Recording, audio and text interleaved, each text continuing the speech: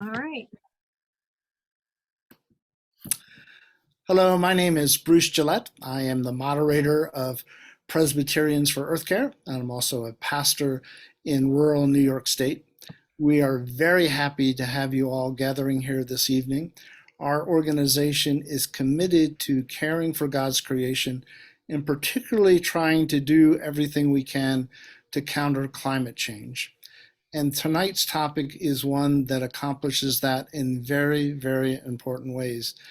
I was doing some publicity for it the other day, and I said, you may be on a waiting list to get an electric vehicle.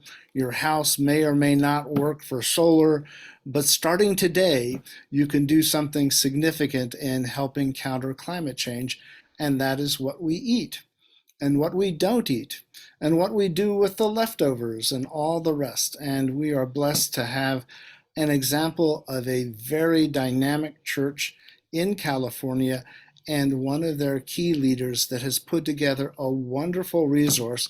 And we have information on how you can order it, but it's something that we hope many churches will copy and make use of and maybe come up with their own as well. I have a vision someday that we have a potluck church-wide throughout the denomination at some point, and we all have these wonderful recipes to give people an idea of how they can do this, not just at church meals, but throughout the week in their homes. Let's begin with a word of prayer. Loving God, we give you thanks for this day that you have made. And for many of us, we have been blessed with good meals that we have enjoyed, that have nourished us. We pray now, O Lord, that we thoughtfully consider what we eat and how we might better eat, not only for our health, but most importantly for the health of the planet. We give you thanks for this evening's speaker and for all the other people here who are interested and already doing creative things in caring for your creation. Unite us, O Lord, in these efforts and help us to share it with others, that more and more people will take care responsibly of your creation. We pray this all in the name of the head of the church, our Lord and Savior, Jesus Christ. Amen.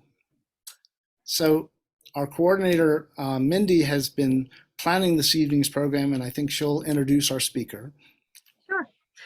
It's my pleasure to introduce to you Suzanne Jones this evening, our presenter. She's a member of Montclair Presbyterian Church in Oakland, California, where she co-leads its climate and food team to encourage climate-friendly eating and its democracy and politics team to help secure voting rights and enact effective climate policies. Outside of her church, she spent over 20 years defending natural habitats from overdevelopment. She founded and directed 2 community-based open space advocacy organizations and worked as a land program manager at the John Muir Land Trust. She's testified on scores of regional land use issues and worked closely with environmental groups and public agencies to protect land, water, and wildlife. Prior to that, Suzanne was a science policy analyst in nuclear disarmament and arms control at Princeton University, and later in climate change and energy policy at UC Berkeley. She holds a master's degree in physics from Stanford University and a PhD in particle physics from Cornell University. Suzanne loves hiking with her family, native plant gardening, and tending to the wildlife habitat around her home. And so with that, I introduce to you Suzanne Jones. Thank you so much, Mindy and Bruce, and to all of you for being here. I'm just delighted to get a chance to talk to you about something that I'm so passionate about among people who share the same love of creation and want to protect and preserve it for future generations, and really the present generation. That's what we're looking at. So I'm going to go ahead and share my screen. Here we go.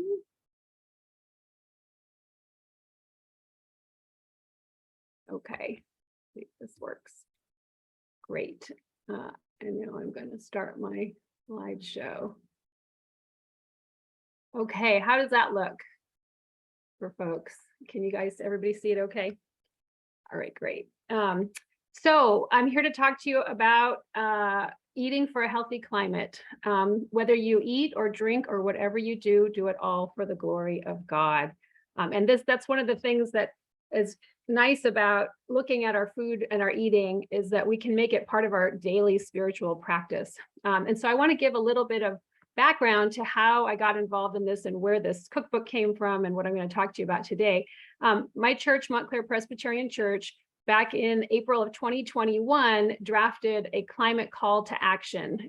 It's a 2-page document that was adopted by the congregation, and it just lays out, I'm not expecting you to read this, I just wanted to get the scale, that this was just a very short, kind of like bulleted document asking of ourselves that we do more to respond to the challenge of climate change. And so it covers 7 different areas: democracy and policy, transportation and travel, food and food waste, which is what I'm going to talk to you about today, renewable electricity, responsible banking and investing, plastics, and then climate care and spirituality, which is that important thing, which is taking care of ourselves as we work on this difficult and frightening problem.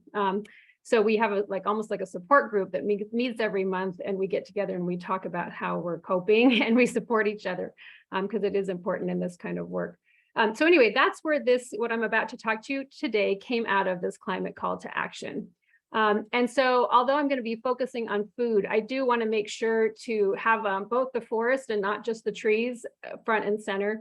So I think it's important to mention that when we talk about what we can do to respond to the climate crisis and leave today's young people a livable planet, right up at the top is protecting strong democratic institutions and voting rights.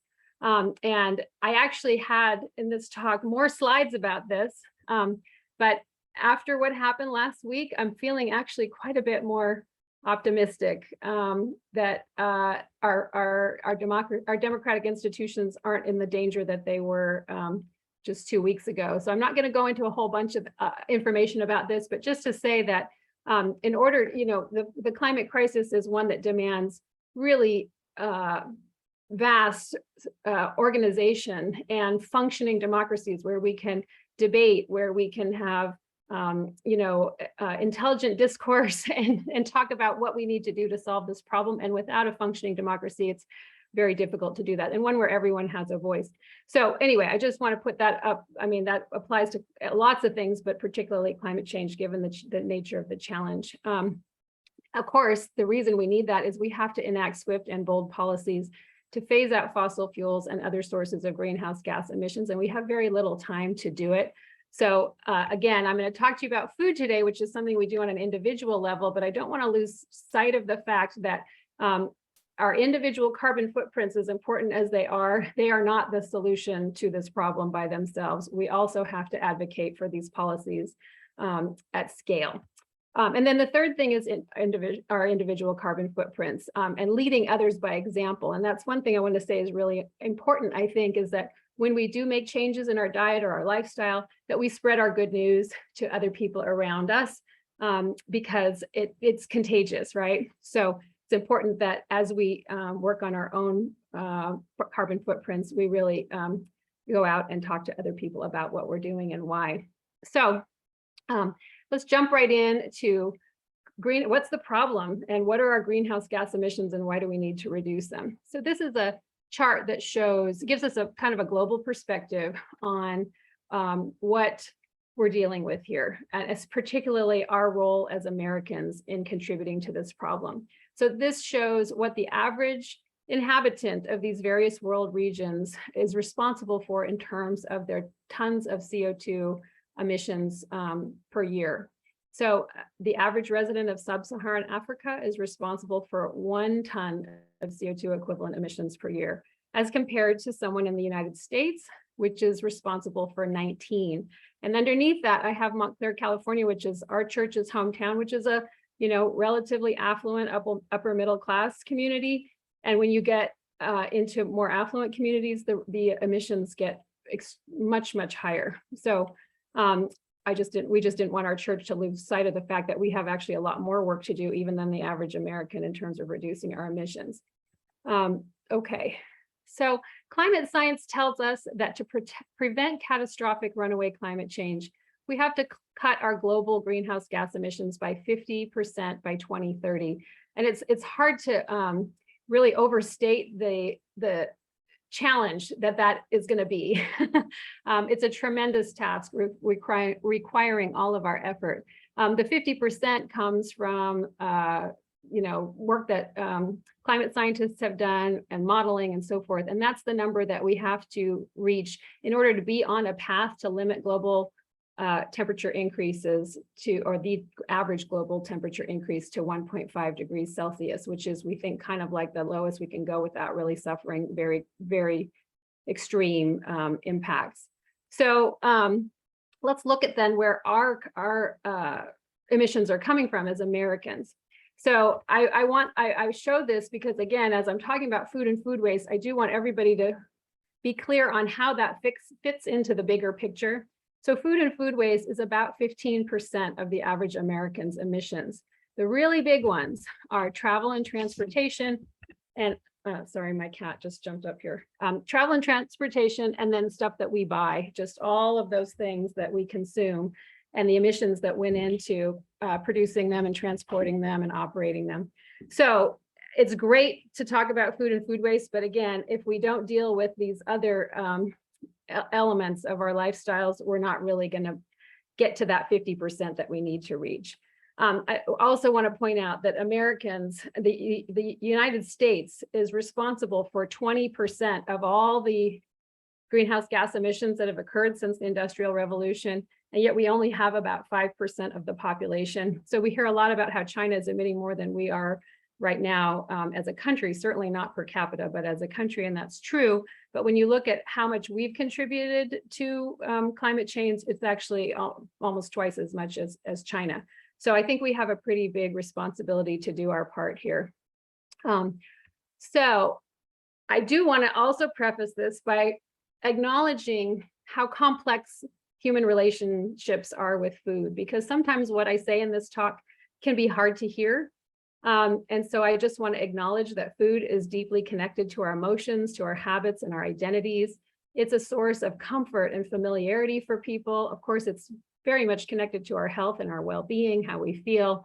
For those of us who like to cook, and I'm one of them, it's a expression of creativity and self-expression. And it's one of the primary ways that I personally, at least, communicate that I care and love the people around me by offering them food that I've made. Of course, it's connected to our family traditions and our cultural traditions. And so it's easy to see why this is a pretty loaded topic when you talk about what people are eating and asking them to consider changing, maybe making changes to what they're eating. It can be difficult. It can be even painful to make changes to such personal and deeply held practices. But I do want to say that, like, I've gone through a lot of this personally, and I feel like it is possible to harmonize our food-related needs with this really overriding need to leave young people a livable planet, and that we can still be healthy and well-fed. And so it's sort of an opportunity to find new traditions and make this sort of an expression of our Christian faith as we make these food choices. So with that, now we'll dive into the science and the problem. So this is a chart that shows the really tremendous impacts of food and agriculture on our environment. The first column is about greenhouse gases. So that's what I'm really going to focus on today. But there's a few things I wanted to say here too, that food and agriculture are responsible for 50% of land use. Habitable land is 50% of it is occupied by food and agricultural activities. It's responsible for 70% of freshwater use, 78% of eutrophication, which is like pollution, water pollution, basically. And then this one, which I want to dive into a little bit, is biodiversity. It is now the case that 94% of the Earth's mammalian biomass, excluding humans, is livestock, not wild mammals. And I think it's important. I'm going to just show you a little bit of a drill down on that, because this really shows the scale of the agricultural system and why it is having such a huge, how it can possibly have such a big impact. It's just so vast. So this is on the left, shows 50,000 years ago, the relative amount of mammalian biomass on Earth. These are obviously estimates, but these are, good to at least an order of magnitude, if not better.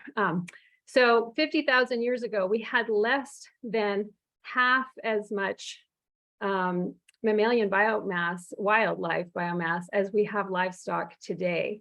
And then this blue column here is human biomass. So when you take the two of these together, you can see how we have just remade the Earth in terms of the carrying capacity of our planet to support mammalian biomass. And we have, and this isn't all entirely due to humans. There have been,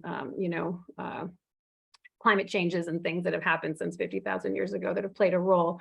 Although there's increasing evidence that actually humans were responsible for much of the reduction in megafauna. But at any rate, I don't want to get too far off topic here. The point really of this is just to show you the scale on which agriculture has modified the, mammalian balance on Earth, and that it's such a big effect. So now let's go back to this chart, and we're going to focus on this first column about greenhouse gases. So greenhouse gases are estimated to come, about 26% of them coming from production of food. So let's look at the details there. If you look at this chart, this shows sort of each component of where these emissions come from. So there's land use, crop production, and then livestock and fisheries, and then supply chain, which is like packaging and transport and that sort of thing. And within each one of these categories, we see land use for livestock here, crops for animal feed, and then the emissions from the livestock and fish farms themselves. And that's where we get to this approximately half of all food emissions coming from animal agriculture.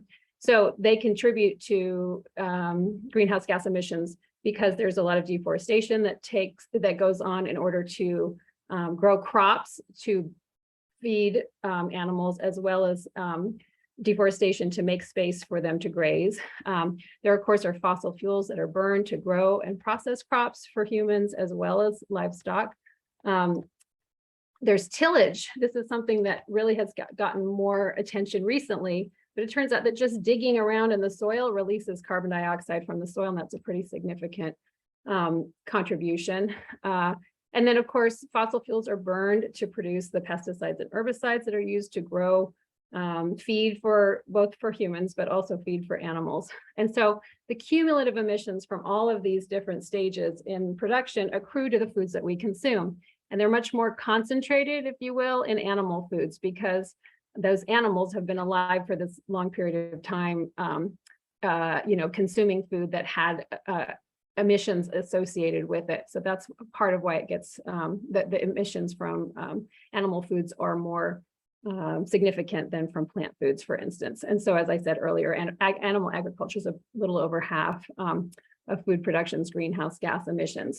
Now, where does this come from? The dominant source of dietary greenhouse gas emissions, it comes from the foods that we eat for protein.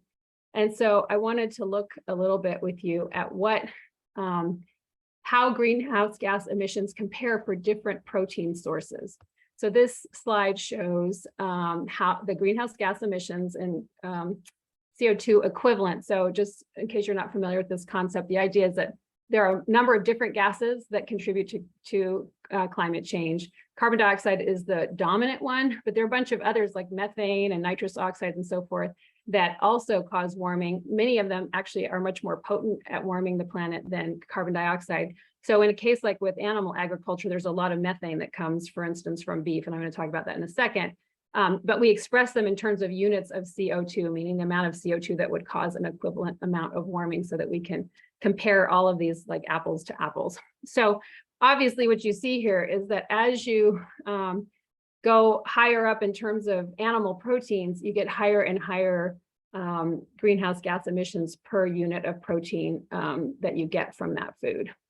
And so it's the animal products, especially the red meat and dairy, that are the most carbon dioxide intensive ways to obtain protein in our diets. And I mean, again, note that all of these are for the same amount of protein. Each one of these numbers corresponds to 100 grams of protein. But for beef from a beef herd, it's close to 50 kilograms of carbon dioxide. equivalent emitted, whereas for 100 grams of protein from nuts, it's only 0.26 kilograms. Okay, so why do red meat and dairy products contribute so disproportionately to greenhouse gas emissions? And the answer is that these are all from ruminant animals, and ruminant animals have this incredible digestive system that enables them to extract nutrients out of really fibrous and sort of low grasses and things that are of relatively low nutrient value, because they have this enteric fermentation system. This is like the multiple stomachs that we learned about in cows, back in elementary school. That is like an anaerobic fermentation process, and it causes methane to be produced as a byproduct of those chemical reactions. And methane is an extremely potent greenhouse gas, and as a result of this happening in their stomachs, they exhale methane gas. The other problem is that ruminant animal waste emits methane itself, as well as nitrous oxide, which is an extremely potent greenhouse gas. So those two things combined mean that anything from a ruminant animal, sheep, cattle, goats, has very high greenhouse gas emissions relative to plant foods. And so you see that then if you look at our diets. So over here on the left is a heavy meat eater, which is the average American actually consumes more than 100 grams of meat per day. And they that means that their dietary greenhouse gas emissions are about 2.8 tons of CO2 equivalent per year. That's the number that I showed on that pie chart that we looked at the beginning. And as you go to less and less meat, your emissions go down until you get to a person who's eating nothing but plant-based foods, and they're less than half of the emissions from that heavy meat eater. There was just a really interesting study that came out that found that just cutting out red meat and dairy products, but continuing to eat fish and eggs actually reduces your CO2 emissions to be comparable to pescatarians and lacto-ovo-vegetarians. So that's sort of a different route. If a person really loves dairy products, and it's easier for them to say, give up, if a person really loves eggs, that's really what I'm trying to say. And it's easier for them to just give up the red meat and the dairy products. Just doing that and continuing to eat the rest of the stuff can get you down to the same annual greenhouse gas emissions from your diet as being a pescatarian or a vegetarian. Okay, so the question is though, if we are going to cut down on these animal products, how do we meet our protein requirements? That's always a concern. And I like to show this picture of Carl Lewis because he's been a plant-based eater, a vegan for many decades. And you can look at the guy, you can see somehow he's getting enough protein. Adults need about 0.8 grams of protein per kilogram of body weight. And it varies, of course, depending on your age and the amount of exercise that you're getting. But this translates to about 50 to 60 grams of protein per day per person. So what are the relative carbon footprints of different ways of meeting that 60 gram per day protein requirement? Well, here are 4 different ways you could get 60 grams of protein. One is you could eat an 8-ounce steak, and that is like a protein pill. It's just loaded with protein. So you can get 60 grams of protein from that one big steak. The downside here is the 30 kilograms of carbon dioxide or greenhouse gas emissions, let's say, associated with that. Just by switching from red meat to poultry or pork, and that means eating like a serving of chicken and a serving of a pork chop, you also get 60 grams of protein. But look what happens to those greenhouse gas emissions from 30 kilograms to 4, and it's the same amount of protein. So that's why I encourage people, if you just don't feel like you can be a vegetarian or a vegan, just switching from red meat to poultry or pork makes a big difference. What if you give up the meat and are a lacto-ovo-vegetarian? Well, then you've replaced the meat with eggs, oatmeal. These are just examples, obviously, some cheese, some grains, and some lentils. That's also 60 grams of protein, and your greenhouse gas emissions for that day's protein go down to 3 kilograms. What about an ovo-vegetarian? Just eggs, but completely eschewing the dairy and the red meat, and then meat from chicken and other animals. That drops you by more than half compared to just having that cheese in the diet. See, that's really all that's changed here. goes from 3 kilograms to 1.2, and then the plant-based eaters go all the way down to 0.8 kilograms. And this is incorporating more nuts, beans, seeds into the diet. You can still get that 60 grams of protein, but just compared to where we started with 30 kilograms of carbon dioxide in that protein, that day's protein, compared to 0.8. So I do get a lot of questions about what about grass-fed beef and regenerative grazing practices. And so studies show that emissions from grass-fed beef are actually no better than grain-fed beef. And here's the reason. Grass-fed beef grows more slowly because they're growing on eating grass, as opposed to like really calorie dense things like corn and grains and so forth. And so they have to live longer to grow to their full size, which means they're emitting all of those greenhouse gases that I mentioned earlier over a longer period of time. So it works out to be about a wash. And then the other thing is that grass, which actually is what cattle are designed to eat, that's a healthy diet for them, produces more methane, it turns out, because it's harder to digest, than the grain diet, which is actually unhealthy and inhumane for cattle to eat. So that's another problem. There has been a lot of hype about regenerative grazing lately as a way to restore grasslands and sequester carbon dioxide in the soils. And if any of you have seen Kiss the Ground, they talk about this quite a bit. And it is true that you can take a degraded area and you can use cattle to try to help restore grasslands. And that does cause some more carbon dioxide to be sequestered in the soil, which is good. The problem is no one has been able to show a net reduction in emissions. In other words, that carbon absorbed into the soil would need to offset all of those emissions from the cattle themselves. And there's no data at this point that has demonstrated that. The other problem with it is it's really not scalable. Regenerative grazing is estimated to require about 30% larger herd, and this is just for the United States. So nationwide, we'd have to have about 30% more cattle alive at any given time on a much larger area of land in order to replicate our existing beef production. So that's not really realistic. So you could imagine we slash our meat consumption and do regenerative grazing, and meat just becomes like a high-end product for just just rich people. That's kind of where this would head if we were to try to do this. But so it's not really a solution, in other words. And then the other problem is that even if you could do it, it would take decades to ramp up. And we have to act really much faster than that kind of time scale. And if we just reduce our consumption of these ruminant products right now, that instantly cuts those emissions. So that's my response to questions about this. I do want to say, though, that grass-fed and regenerative meat is definitely more humane than conventional meat. I mean, there's no question that being out and grazing is much more humane than putting cattle on feedlots and so forth. So it does have that advantage. And eating occasional beef or whatever, like Christmas dinner, has a negligible impact if you're eating an otherwise low carbon diet. So I say this, my son, for instance, who's 18 years old, loves beef. And as he learned about all of this stuff, he decided he was going to eat red meat twice a year. He has it at Christmas and he has it at Easter. Well, they have lamb at Easter. I don't cook any of this stuff, but my extended family does. So he enjoys those two things twice a year, and the rest of the time he, stays away from the red meat for this reason, for the climate. What about fish? So wild-caught fish has a much lower carbon footprint, as you might expect, than other animal proteins. So that's on the plus side. The greenhouse gas emissions of most farm fish are comparable to pork and poultry. In other words, they're significantly better than beef. So that's also encouraging. I do want to say there's one exception, farm prawns. They're environmentally terrible in every way. So please try not to buy farm prawns. But otherwise, those two statements are pretty much true.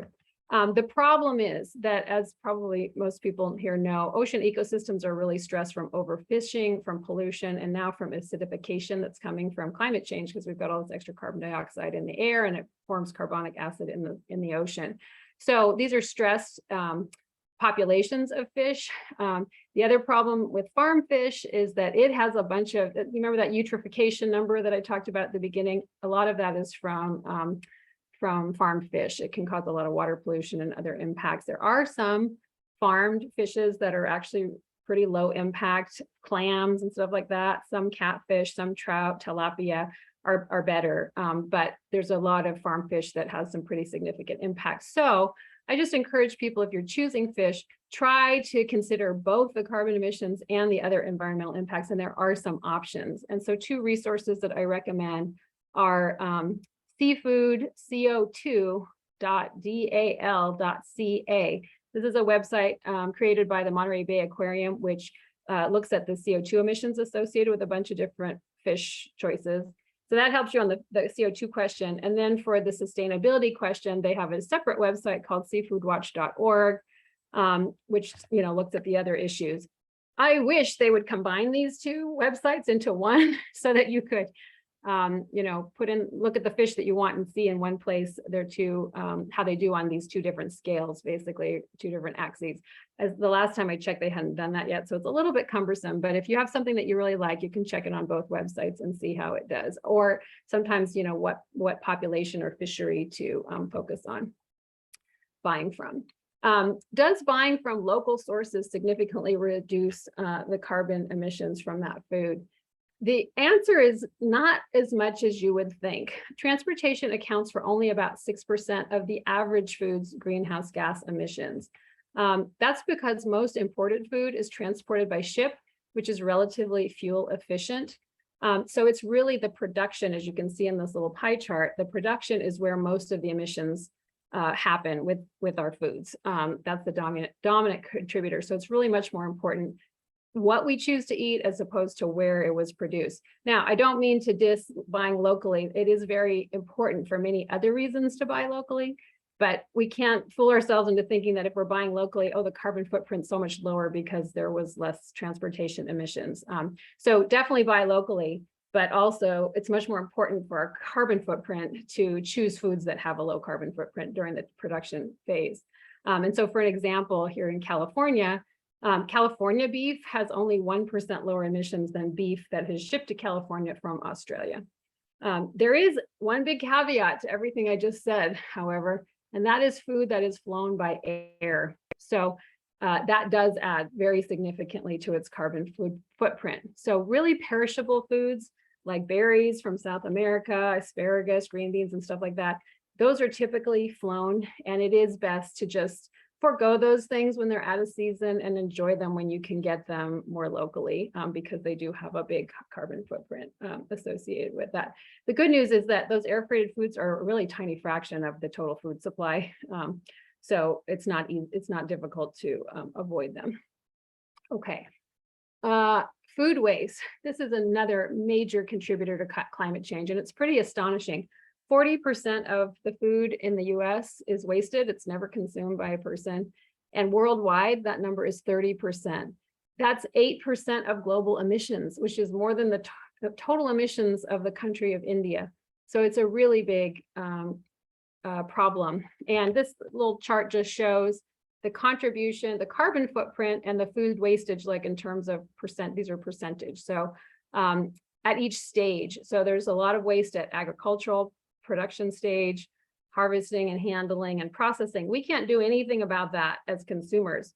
But down here at distribution and consumption, look how big the waste is at the consumption stage. These are things that we do have some leverage on. And so here are some things that we can do. If you shop at Costco, I know that people are here from all over the country. And so I don't know if you have Costco, like in Georgia, for instance, maybe, but these big wholesale stores, it's easy to get carried away, especially I know if I go in there hungry, I have to watch myself. So we just have to watch ourselves to make sure that we can actually use all the food that we buy when we're shopping there. The deals are great, but not if actually we end up wasting half of what we bought because it doesn't keep.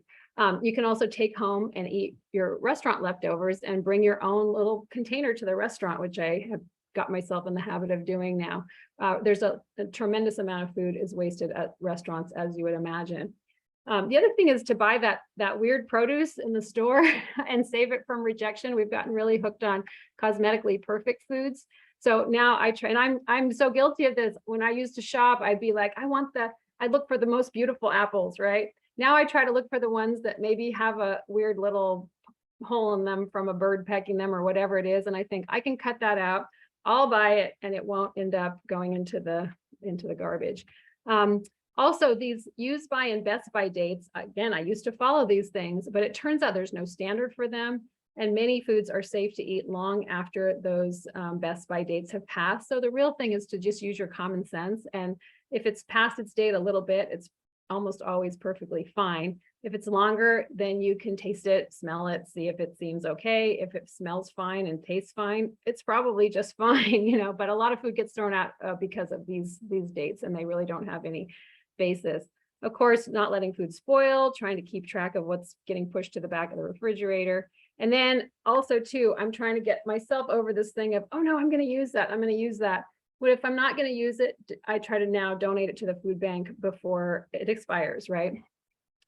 When we do have to throw away food, which will happen, of course, from time to time, if you have a green bin or composting program in your community, that's the best way to dispose of it, to keep it, or if you compost in your backyard. These are ways to keep it out of the landfill, because organic material in the landfill produces methane, which is that very potent greenhouse gas that I talked about earlier. So which actions do the most to reduce our CO2 emissions? This is, again, stepping back to kind of put everything that I've just told you about food into context in this bigger picture of trying to reduce our emissions. I don't know how many of you have this, depending on where you are in the country, but at least in California now, we can specify to our utility that we want to enroll in 100% renewable electricity. And what that means is basically you just tell your utility, I want 100% renewable. So in our case, it's a mix of wind and solar, but it would vary depending on what part of the country you're in. So if you have that option, on average, that avoids 1 ton per year per person. In California anyway, it adds about $40 to your total annual cost of electricity. And the cool thing about this is it's driving demand for these alternative energies into the electricity mix. So that's one thing that you can do right off the bat, really easy, takes a few minutes, and you save a ton per year per person in your household. Of course, cutting out red meat and dairy products, as I've just talked about. If you just do that alone, but keep eating, poultry and pork and whatnot, you cut 1.4 tons per year per person.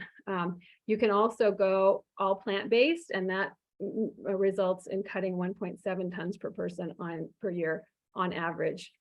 The really big ones are transportation. So if you can afford to transition to an electric car when the time is right, and actually electric car costs are starting to go down and are expected to go down a lot fairly quickly now with new legislation and whatnot that's passed. Right there, the average American avoids 4 tons per year. And remember, we're talking about these numbers are all relative to that 19 tons per year per person that I showed you at the beginning. So that's a big chunk.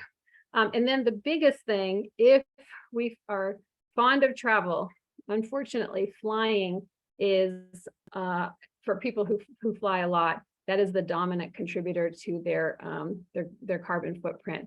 So if we can vacation closer to home, say, and skip one round trip, 20-hour flight, that right off the bat avoids 5 tons per person who would have traveled on that airplane. And so I chose 20 hours. I used to have this slide say a round trip flight to Europe, because from California, that's about 10 hours each way.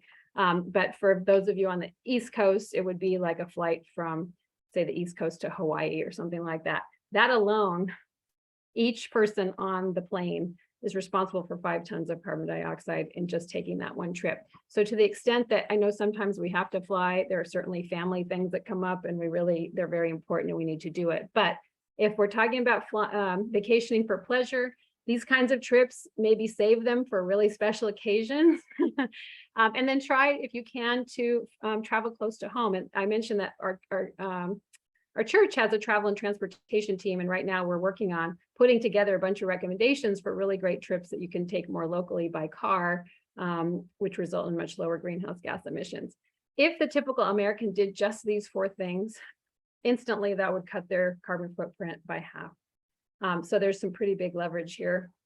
If you want to find out what's contributing to your carbon footprint, you can go to coolclimate.org/calculator. And that's one of the better carbon footprint calculators put out by UC Berkeley. And then last, if you are interested in moving toward a more climate-friendly diet, here I get to pitch my book. This is MPC's Climate Friendly Cookbook. It's close to 200 pages of resources. We have a whole bunch about energy efficient cooking. There's some photos of the food, and then 111 recipes that are delicious and easy on the climate. And if you're interested in ordering it, you can go to mpcfamily.org/cookbook. So that is it. I would love to have some discussion and some questions now. So I'm going to stop sharing my screen. Thank you. So if anyone, oh, we have some questions in the chat. Maybe I can read some of those. And if anybody else has a question, you can either put it in the chat or virtually raise your hand. From Jackie, we have, what about the disposal of batteries for electric cars? People have suggested to me that this would be a big problem. Is this true? Well, a couple of things. Yes, it's a problem we have to solve, but the disposal isn't really the biggest problem. It's the mining that's a bigger problem. However, there's a couple of responses to that, several. First of all, we already have really nasty batteries in all our cars that we're using right now, which is lead acid batteries. Those are recyclable, and as long as we recycle them, yes, I saw Debbie's question. The cookbook is vegetarian vegan. If we recycle them, that, you know, and it's possible to recycle lithium batteries. We just haven't ramped up the scale of recycling system that we need, but we can recycle them and reuse the lithium. That's number one. Number two is there's a lot of new batteries being researched right now. And fortunately, with the legislation that's passed in the last year, there's going to be more funding for researching new types of batteries that don't use lithium. They can even use things as common as iron. So I'm hopeful that lithium will be sort of like a transition technology, and that we're going to get to some batteries that are easier to obtain the ingredients for, the materials for, and easier to recycle.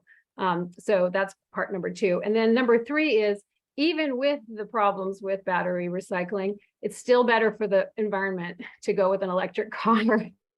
Because remember what we're doing right now with gas, there's all kinds of impacts from drilling for petroleum, you know, burning it. There's pollution, not just, you know, carbon pollution, but also all of the dangerous chemicals that we're breathing because they're being, you know, put out into the air by all of the petroleum products that we're burning. So, and there have been life cycle assessments that have shown this very compellingly, that if you start from the beginning of a gas car and you trace all its impacts through to the end, and you do the same for electric car, overall electric cars come out a lot better, even accounting for the battery issue.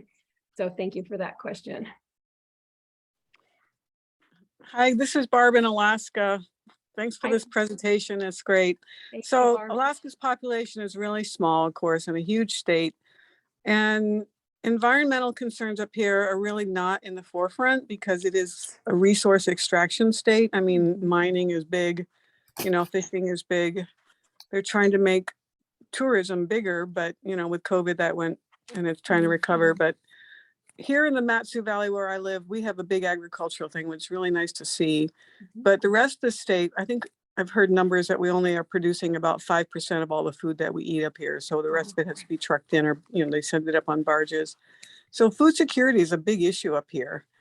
I mean, people are trying to do backyard chickens, which is kind of cool.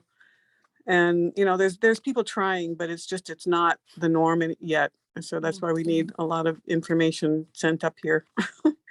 I mean, I've been on board since I was a little girl with recycling, but, you know, I've been here 17 years and it's hard to get people to recycle up here. Barb, do you have a question? I guess not. Okay. Sorry. Well, I appreciate that comment though, because honestly, I haven't thought about Alaska specifically, and you've raised some really good points. And it may just be that there's some areas where certain things are possible and certain things aren't. Unfortunately, the population is small, right? So, but, you know, I mean, that's exciting about people trying to do the backyard chickens and be a little bit more self-sufficient. But I imagine just with that very short growing season, it's pretty hard to, you know, do the kind of thing that I'm talking about on a large scale in Alaska. So thank you for sharing that point. I appreciate it. It is good to hear from Alaska always. Yeah. We appreciate people raising their hands, then they we easily see them. Sally, you're good enough to do that, so you get the next question or comment. Thanks, Bruce. And thank you, Suzanne, for a fabulous, oh, golly, what a lot of good information. Thank Oh, you. Thank you. Something I've wondered about for a long, long time concerning composting, doesn't the food that goes into the compost bin produce methane as well? You know, it doesn't, and the reason, or not much, because it's not an anaerobic process. So if there's oxygen in the system, then the chemical reactions that you get are different from that anaerobic environment. So most like compost, well, in fact, as you know, if you compost, you have to turn it. You're always trying to get air into the mix. When you put stuff in a landfill, it's like cut off from the atmosphere. So you get actually a lot like what happens in the stomach of a ruminant animal. You get this anaerobic process where there's not oxygen involved in those chemical reactions. And that's how you end up with methane instead of, but you do get carbon dioxide out of a compost pit. Don't get me wrong. There's carbon dioxide that's emitted as part of the decomposition program. Just like when a tree falls in the, you know, and breaks down, there's carbon dioxide emitted, but it's a much less potent greenhouse gas than methane. So we do want to avoid the methane if we can. Mindy, could you put in the chat the link to the YouTube from our conference from 2 years ago, where we had an hour-long program on composting? It was offered both in English and in Spanish. And it was very well done by somebody who's done a lot of research on composting. And it would be a program you might want to consider, like any of the PEC programs, something to offer for your church. Okay, Claudia, you're next. Thank you. So I've been so interested in the food and appreciate understanding that more deeply. I was also interested in the electric vehicle. So if you switch out from a gas-powered vehicle to electric, where does I assume you just take your old car to the dump, or do you sell it, or how do you be responsible by switching, because Right. all this energy is already gone into your current car? Right. And if you have enough money, you could switch out, but then somebody with less money is going to drive it. So is it the responsible thing to do? What a great question. Thank you. And I do get this question fairly often. So I have not found a really good study that tells you like exactly the point at which it's advantageous to either scrap the car or sell it. So I give the following answer. If you can switch. If you can afford it to make the change, the sooner the better, because we got to get these electric cars ramped up as quickly as possible. And we need demand for them to make that happen and get the cost down and all of that. So if it's an option for you, even if you have a relatively new car and you can make the switch, it's great to do. If you do have a relatively new car that still has significant value, I would sell it. There's a shortage of used cars. And I mean, we do have to think about people and their needs too, right? And so there's somebody out there who probably can really make good use of that used car if it still has some life left in it.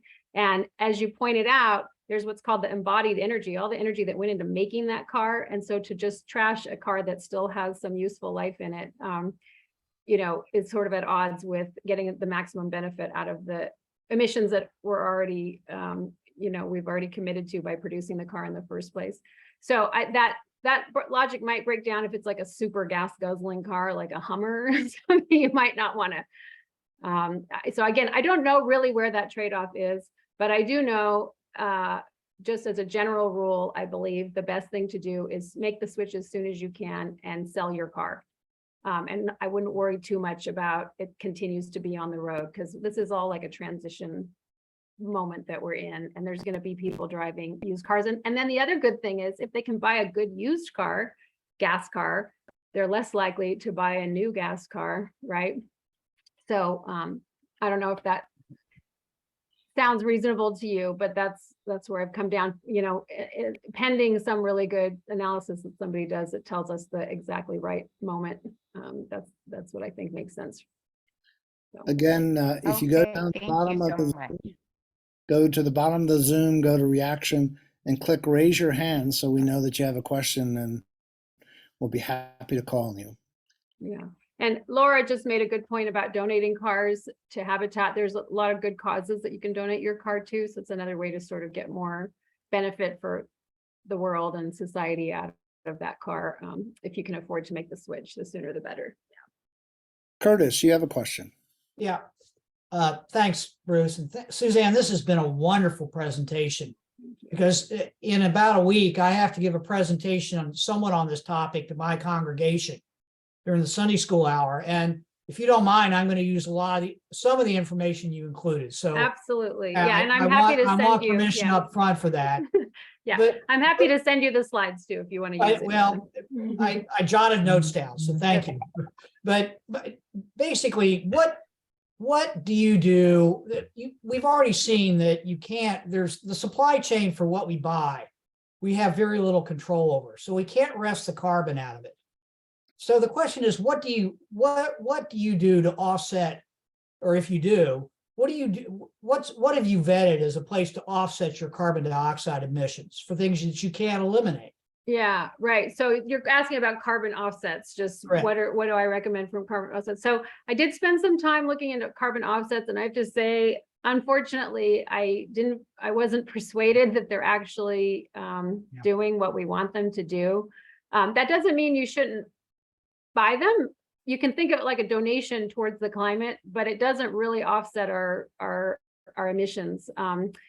Or at least it's not clear that it does. And there are actually some really unfortunate cases where, like, for instance, carbon offsets that involve planting trees, like we need to plant lots of trees. So I would give money to an organization that we know is doing a good job of planting trees, not to some offset outfit that says your payment here is going to plant trees. And the reason for that is that a number of the carbon offset outfits that they've bought land, for instance, in equatorial Africa, and kicked people off the land to do these tree planting projects. And then there's not long-term monitoring to make sure that the trees don't die, or to actually quantify how much how well they're growing and how much carbon dioxide they're actually removing. So it's just a difficult problem.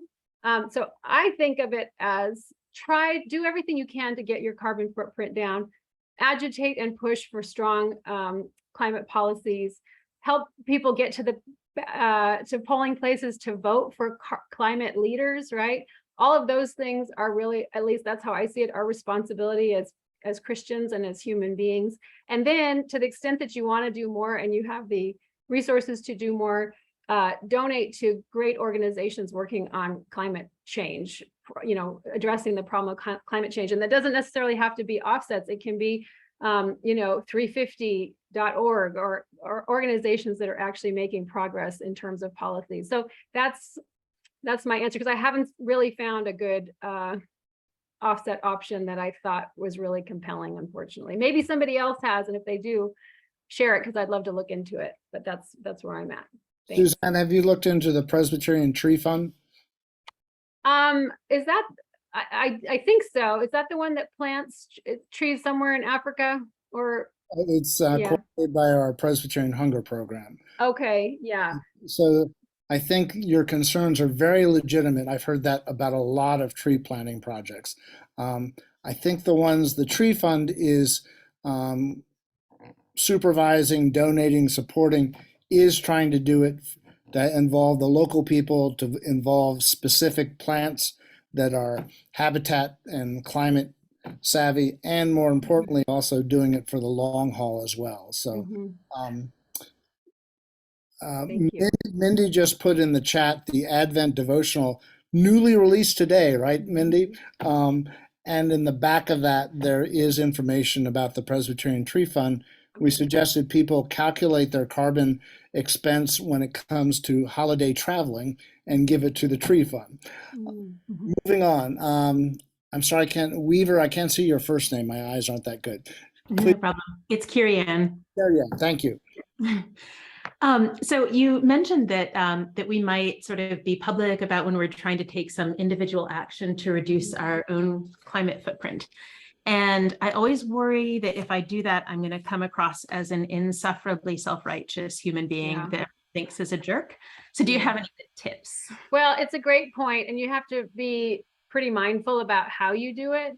I try to do it just like, I'm really excited about this great new plant-based cheese I found, you know, it's just like with enthusiasm and not trying to tell people what they should do, you know, just sort of to communicate. Or like I have a Nissan Leaf now, which I bought used, and it was a great deal, at least in California, actually. And in many parts of the countries, it's actually cheaper, much cheaper to own and operate an electric vehicle than it is a gas vehicle. So that's sort of an example where you can say, if this happens, I got a great deal on my Nissan Leaf, and now I'm paying the equivalent of $1.50 per gallon of gas, you know, equivalent with the electricity compared to $3.50 or whatever I was paying when I had my gas car. So just sort of like putting out that information with enthusiasm. Or we just had a great meal and at this restaurant, and it was all plant-based. I was so amazed, you know, so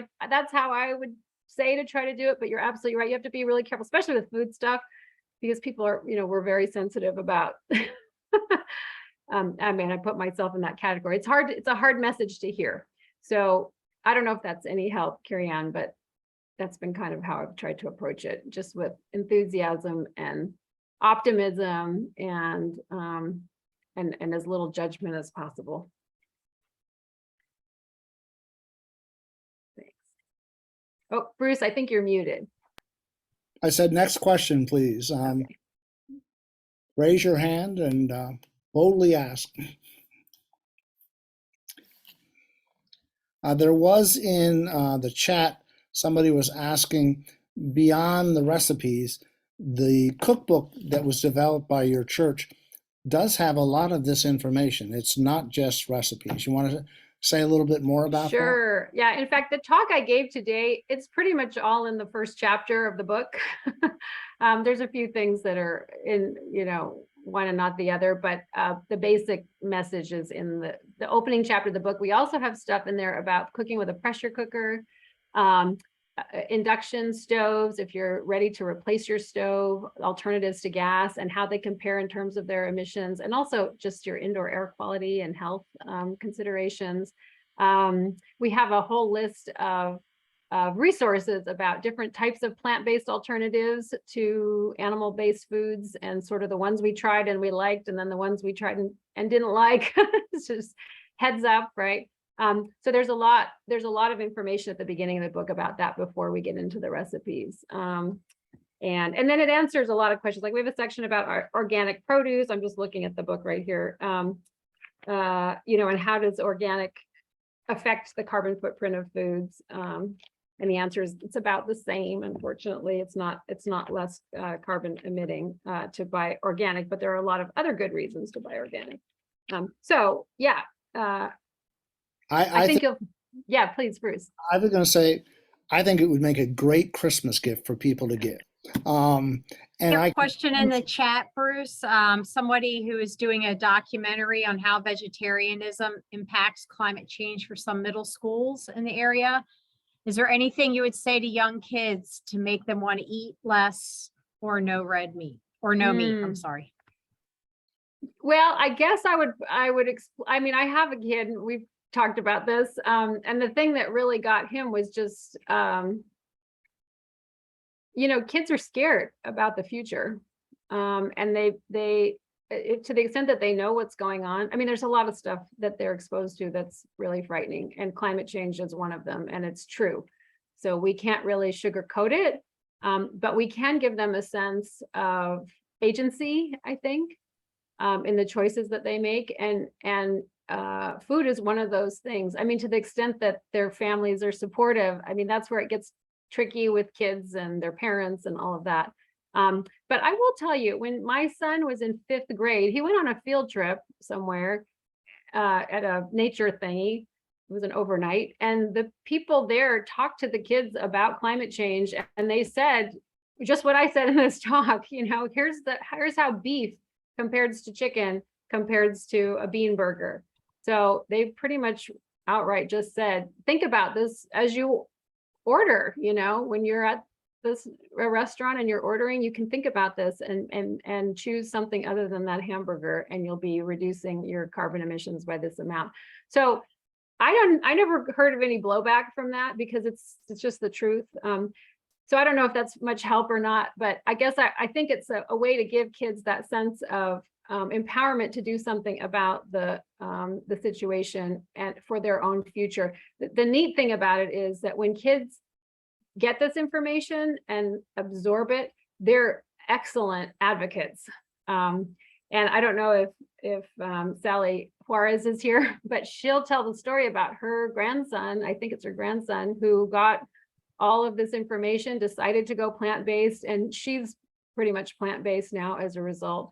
So kids are a really powerful voice when it comes to this. And I think we do need to educate them and let them know they don't just have to sit by and suffer the cards that they've been dealt with this problem. They have a role to play. Also voting, I'm all about voting. So anyway, I hope that's a little bit helpful. Somebody was asking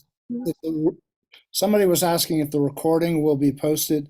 We will be posting it on YouTube. One of the reasons we asked you to register for this event was we will be sending an email out to everyone who's registered with a link to the YouTube, and we'd encourage you to use it in your churches, share it with your family and friends. So, Jackie, you had a question. I do. So I have two, Suzanne. One is, oh my goodness, if you know the recommendation for plant-based cheese, you got to tell me what it is. And then number two is, can I get your cookbook in a PDF instead of ordering paper? Yeah, we're putting together a PDF, I hope next week. And so that will be an option, and I'll put that on the website. And actually, Jackie, if you want to chat me your email, I can email you when it's available. So thank you. Plant-based cheese. Well, okay, it's a person who loves cheese. I will say the plant-based cheeses that are out there are not really the same, as you've probably noticed. So I do use them, but and the cookbook talks about the ones that we've tried that we've liked and the ones that we haven't thought were so great. Also, sometimes it depends on the dish that you're using. Like there's a company nearby here in Petaluma, California, that produces plant-based cheeses that are made from cashew and coconut, and they're fermented. So they do have kind of that tangy flavor that cheese should have. But they don't all work in all situations. It's like if it's a heavily spiced enchilada casserole, I find that it's okay. It's still not as good. I mean, I'm going to be honest with you guys. Some of these animal foods just taste really great, and we can't necessarily replicate them. And so it's just a choice that I'm making, which is, as much as I love that, I care more about the planet. And so I'm just going to make that sacrifice, But to the extent that you can, there's like, for instance, this company that I mentioned, they make a cream cheese substitute that I don't think is very good spread on a bagel, but it makes an incredibly good cheesecake, like really good. I made it last week, and everybody I've given it to thinks it tastes like normal cheesecake. So sometimes you find something like that that's really satisfying and exciting because you feel like you're getting, the same qualities that you got from the equivalent animal thing. But I don't have really great news on that front. I haven't found anything like a, buffalo mozzarella that's made of cashews. I'm sorry to say. So sorry. We've gone over an hour. So what we try to do is basically stop the recording. And Suzanne, if you're willing to stick around, we'll keep the conversation going for a little while. Sure. There are some people who maybe didn't want to be recorded and put